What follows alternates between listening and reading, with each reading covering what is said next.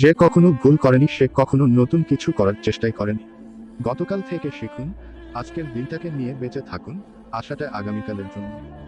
তবে সবচেয়ে গুরুত্বপূর্ণ বিষয় হচ্ছে প্রশ্ন করা থামাবেন না। মহৎ ব্যক্তিরা সব সময় ভয়ানক বাধার সম্মুখীন হয় সংকীর্ণ চিন্তার মানুষদের কাছে থেকে। শুধু আইন দিয়ে মত প্রকাশের স্বাধীনতা রক্ষা করা যায় না, দরকার সহনশীলতা।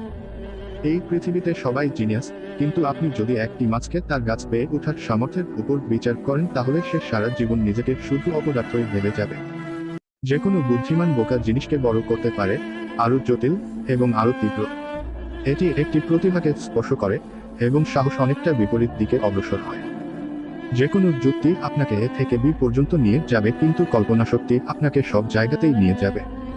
তথ্য জ্ঞান নয়। আমি চিন্তা করেছি মাসের পর মাস, বছরের পর বছর। আমার চিন্তাগুলো 99বারই ভুল হয়েছে, তবে 100তম বারে আমি সফল হয়েছি। জগদীশচন্দ্র যেসব অমূল্য তথ্য পৃথিবীতে উপহার দিয়েছেন তার যে কোনটির জন্য বিজয়স্তম্ভ স্থাপন করা উচিত?